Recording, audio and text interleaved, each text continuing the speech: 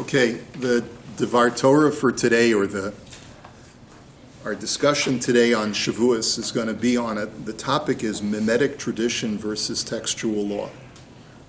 And I want to explain what that means, because that may sound a little cryptic to begin with. In 1994, there was a landmark essay that appeared in the Tradition Journal. The Tradition Journal is usually published 4 times a year by the Rabbinical Council of America. It's a scholarly journal which contains a lot of essays about different ideas. Sometimes the essays are more pertinent, sometimes they're less relevant.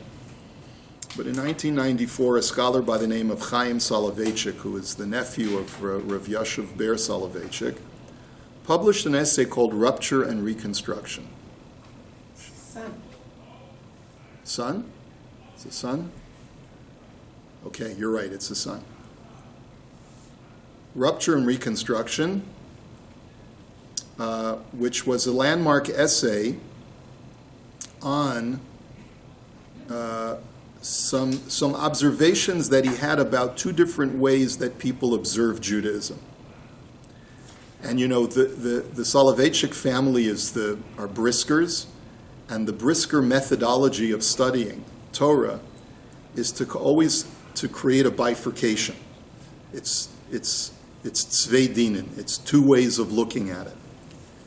And in this scholarly essay, he says that there are 2 ways of looking at Torah tradition. Jewish tradition is based on 2 things, not on 1 thing. Because we look at Torah as monolithic, but there's two origins of Torah. There's textual law. When we want to know what the halacha is, we can open up a Shulchan Aruch, we can open up a Mishnah Brura, we can open up Shmirat Shabbat Kihilchata, we can open up, an art scroll book, the Shabbos Kitchen, or learn so many different laws from the texts that are available to us. But then there's another source of how to practice Judaism. And what is that called? It's called mimesis, or a mimetic tradition. What is a mimetic tradition? Mimetic from the same shorish as memory, which is that we see what our mom does in the kitchen, what our bubby does in the kitchen, what our mother-in-law does in the kitchen, and we see what our grandfather does in the way that he makes his tea on Shabbos, or the way that he conducts his Shabbos tish. And that passes down to us a tradition that is not based on anything that we can find in a sefer, but rather based on a tradition that is passed down from generation to generation. Now, in most cases, the mimesis is identical to the text. But in many instances, they are not identical. So, classic example. According to the text of the Shulchan Aruch, you can get away with 1 sink for both milchiks and fleishiks. And in the old country, that's probably, you were lucky if you only had 1 sink. But today, everyone, and it wasn't stainless steel, it was porcelain or stone, whatever it was made out of. But the tradition that's passed down to our children today is that you have to have not only 2 sinks, but 2 separate islands in the kitchen. And so there's a mimesis that we're passing down to our children that dictates that we have to have much more than what is required by the Shulchan Aruch. And there are many examples of that. The singing of Zemiros and the way that we comport ourselves at the Shabbos table. There's no code of Jewish law that tells us exactly how to create that spiritual environment. But that comes through mimetics. It's passed down by example, the examples that we see passed down to us from the people, the generations that came before us, whether it's our own parents or grandparents, or whether it's because of people that we see in our community that pass these traditions down to us. And Soloveitchik's essay was essentially a lament that we've seen rupture.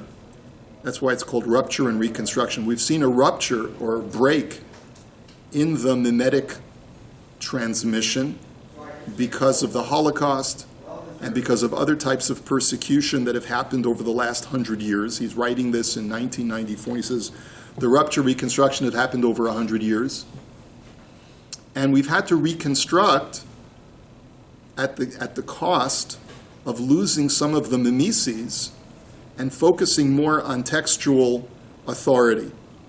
And what that has essentially meant for us is that because of that insecurity of not knowing always what to do because we don't have the right role models, because there's so much of a disconnect that we in the Western Hemisphere have from the life that our ancestors had in Europe or wherever we came from, that as a result, we have become overly reliant on textual sources instead of mimetic sources, and we've become overly reliant on what they call Das Torah, which really is not necessarily based on what our ancestors did, but what is based on a contemporary authority that may not be based in things that were done in the old country. Okay, so that's the thesis. It's worth your while to read the entire, it's a very long essay, but it's quite enriching, and I would encourage you to read it. As a matter of fact, this year marks the 25th anniversary of the publication of that essay, and so it's really quite a landmark thing. The link to that essay can be found in lookstein.org. You have the link on the back side of this handout today. Why did I want to discuss this today? Because it's directly related, I think, to Shavuos, which is the acceptance of the Torah. Now, we as the Jewish people were passive at Har Sinai. And so we didn't have the opportunity to be active participants other than saying Na'aseh v'nishma. But part of what the Masoretic process of passing down the Torah from generation to generation is that God vested us at Har Sinai to be his partners in passing down the Torah from generation to generation to our children and grandchildren and other Jews of the next generation. And it is our responsibility, to the best of our ability, to be part of that mimetic or Masoretic process of passing along the Torah. And I feel that that's part of what we should be celebrating on Shavuos, is not only the fact that we receive the Torah at Har Sinai, but also that we receive the Torah from our parents and our grandparents and our great-grandparents in some way. And that, thank God, we had this transmission that was passed down to us in some way through not only Hashem, but through the Jewish people that came before us who were able to transmit this Torah so faithfully to us. And I'd like to point to two aspects of Shavuos which sort of show that tension, that dichotomy between these two types of Torah giving, which is both the textual transmission of our Torah and the mimetic transmission of our Torah. There are two examples of this, but let's first take a look at the book of Ruth.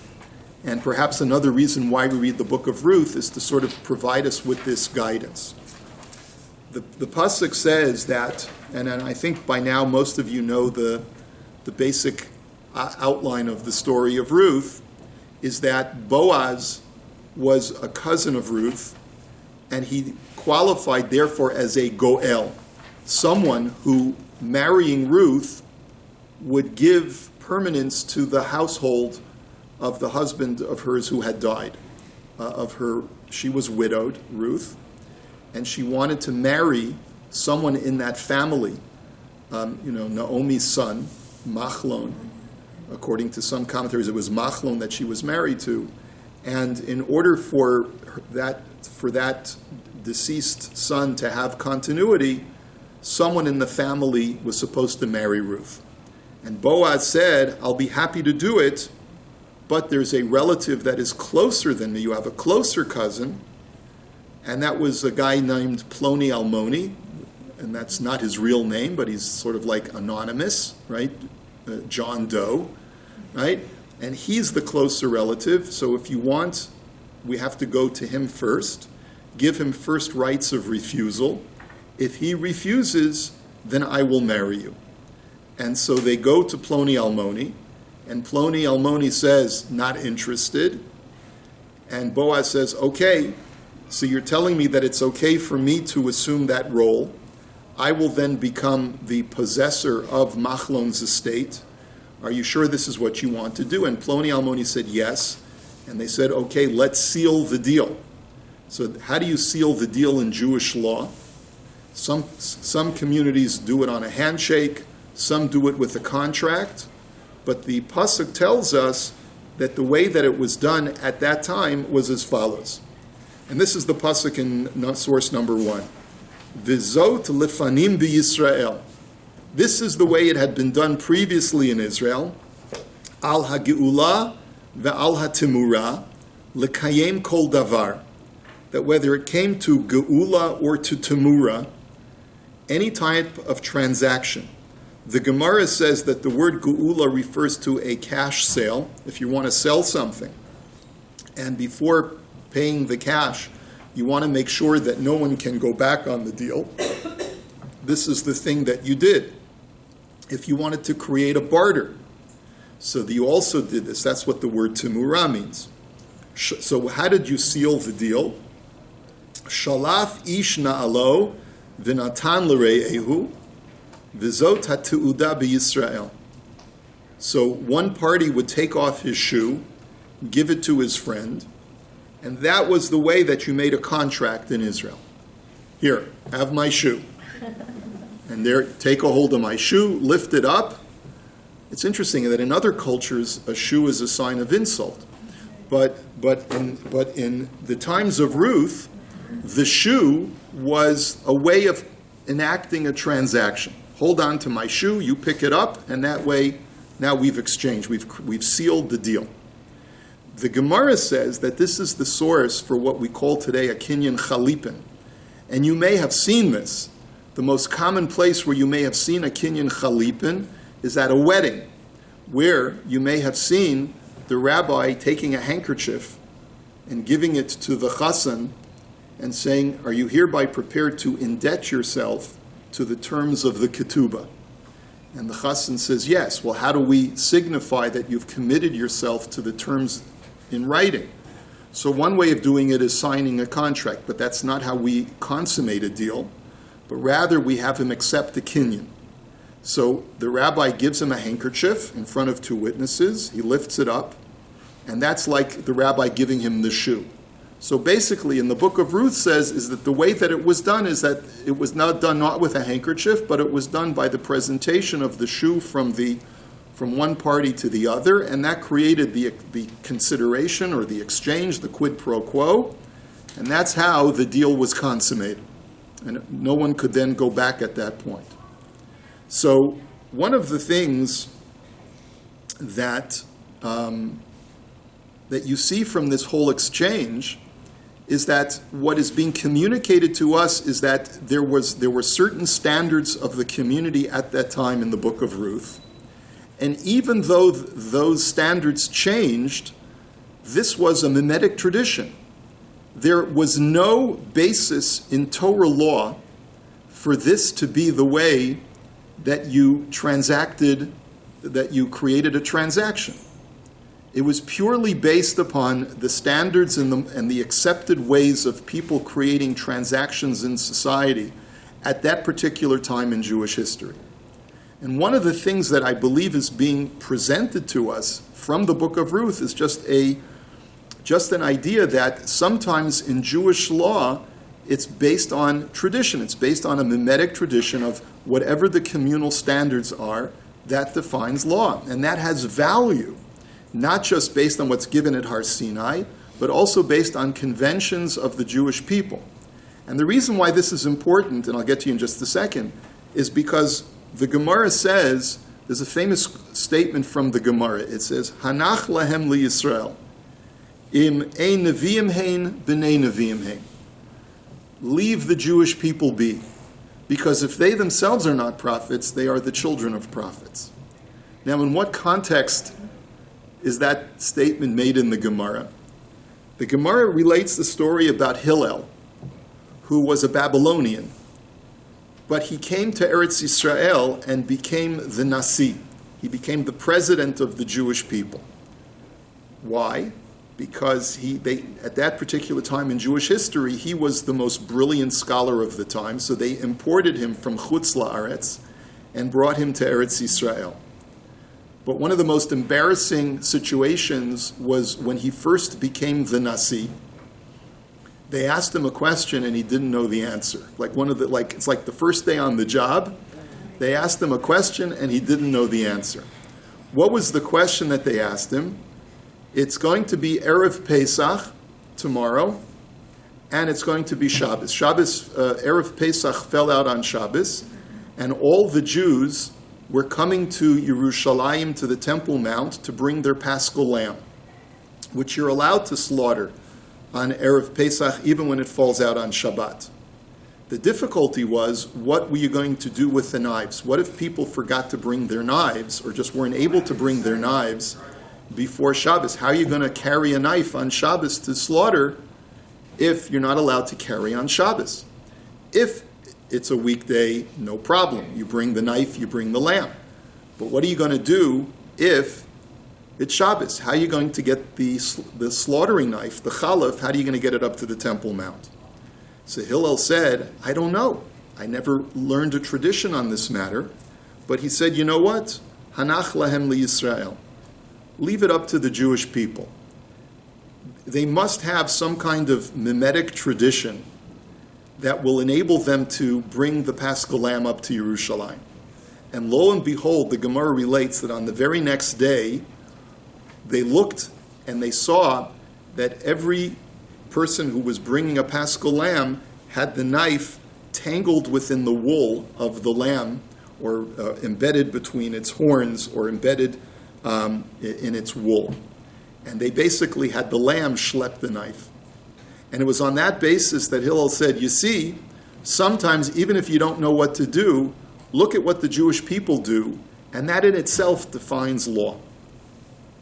Now you can't obviously take that as a blanket dispensation, because there are times when religious practice is misaligned within a community. There are situations where we're making a mass mistake, so we have to know if there's a clear violation of halacha, we have to know that it needs to be corrected. But in many instances where the halacha is unknown, we can many times look at communal standards or communal behavior in order to infer what the tradition really is. Now, at this point, I'll take some comments or questions.